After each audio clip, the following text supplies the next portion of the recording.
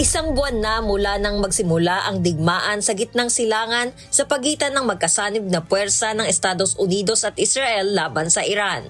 Sa kabila ng mga umuugong na umano'y tangkang diplomatikong usapan, nagpapatuloy pa rin ang sagupaan at opensiba mula sa magkabilang panig.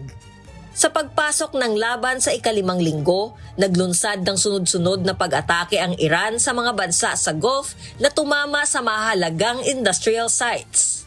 Sa United Arab Emirates, ilan ang nasugatan matapos tamaan ng missile at drone attack ang isang malaking aluminum plant sa Abu Dhabi.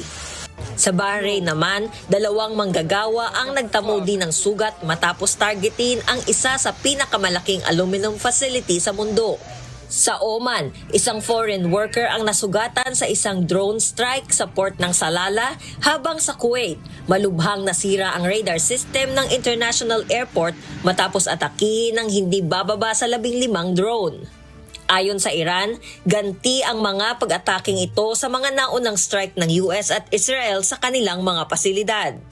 Sa gitna ng tumitinding sigalot, nagbabala si Iranian Parliament Speaker Mohammad Bagher Ghalibaf sa posibleng ground invasion na pinaghahandaan umano ng Estados Unidos. Ayon sa kanya, handa ang Iran na harapin ang anumang puwersa ng US na papasok sa kanilang teritoryo at paparusahan din ang mga kakampi ng Amerika sa rehiyon. Samantala, nagbabala rin ang Iran Revolutionary Guard laban sa mga American University sa gitnang silangan.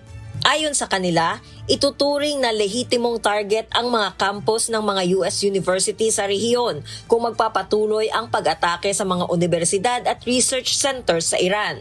Kabilang sa mga posibleng maaapektuhan ang mga sangay ng mga kilalang pamantasan tulad ng Georgetown University, New York University at Northwestern University na may mga campus sa Qatar at United Arab Emirates. Binigyan din ng deadline ng Iran ang Estados Unidos na dapat kondinahin nito ang mga pag-atake sa mga universidad ng Iran bago magtanghali ng March 30 at kung hindi ay posible umanong sumunod ang mga pag-atake.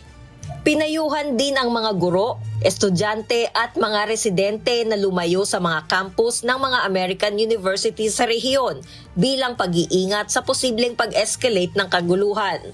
Gian Tamasunas, humahataw sa balita ngayon.